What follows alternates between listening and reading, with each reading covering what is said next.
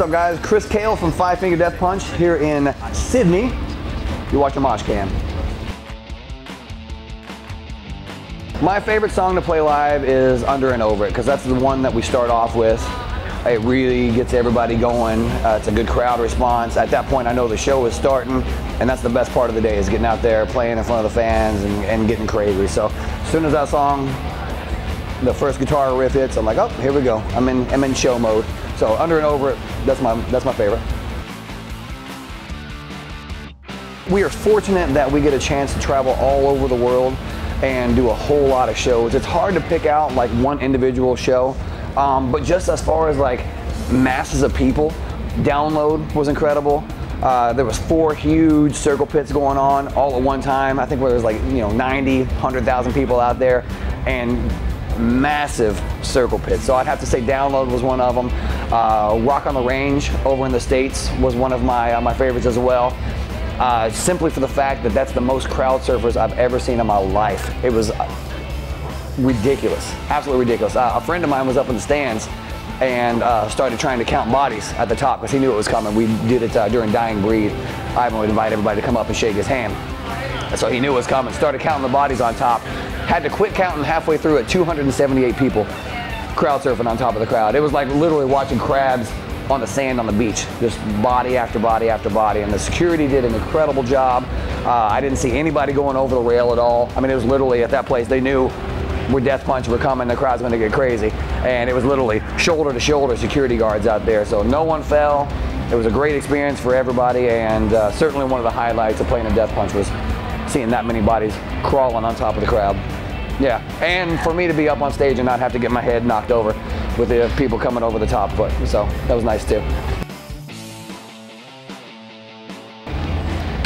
This one right here, I literally drink probably, God, 4 or 5 monsters a day, easily. Yeah, it's if it's this or alcohol, I'll go ahead and take the Monster. I can't really get into too much trouble with the Monster. Just kind of get jacked up a little bit and keeps me awake on these long flights. So definitely Monster helps with the jet lag.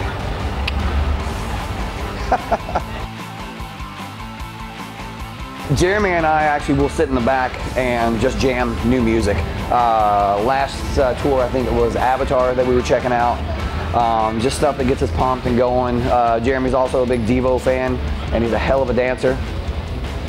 So he gets to get in the back and do some dancing, which is entertaining for me. He is the best dancer in the world, I'll give him that.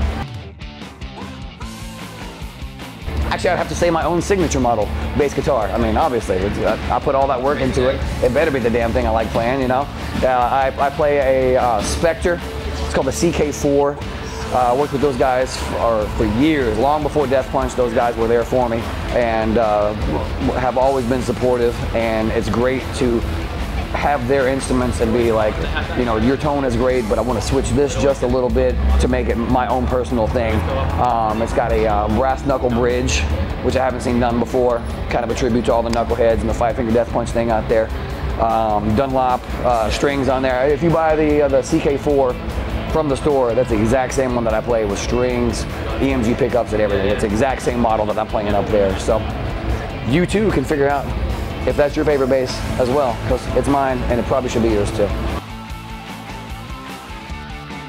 It's hard for me because we play with in-ears, in-ear monitors, and I have a little bit of crowd volume in there just to kind of give me a vibe, but literally we'll be standing backstage and you'll have somebody on the side of the stage like wanting to talk to you, and I'm like, I can't hear a thing that's going on. So most of the time when people are yelling at me, it's just mouths moving and I can't tell what they're saying. So I get a lot of nice comments before and after the show, but as far as things being shouted out after the show, actually there was one, now that I think about it.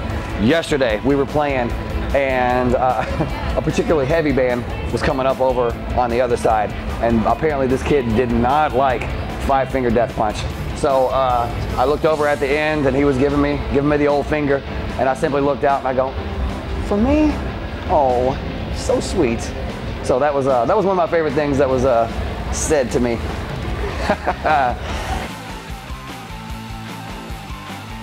We get a lot of drawings, actually. We have some really incredibly talented fans out there. Just the other day on Instagram, I think Zoltan posted like it was like a watercolor that someone did. So it's always very cool to see people putting that effort into, you know, putting their love on paper and giving it to you. I've got a couple of tattoos that I've seen out there.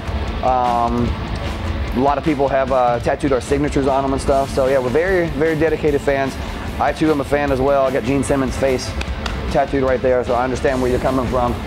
Still rocking the Kiss belt buckle all these years. So yeah, I'm a fan as well, so I get it, and it feels great to have people appreciate me as I've appreciated all the artists that I was listening to growing up as well.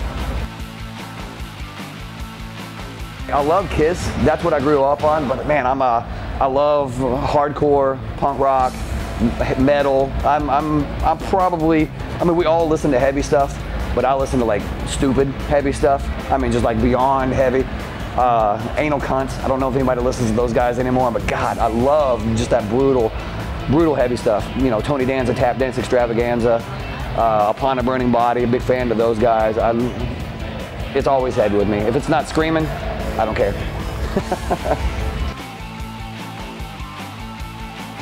Working out. All of us do that, yeah.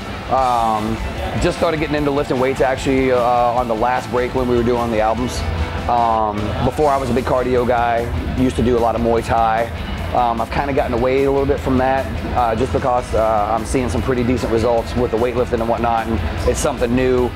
I can really see results on the body from that, so weightlifting is definitely a new passion for sure. Listen to your inner voice. It's going to tell you what to do, what not to do. You always got to pay attention to that.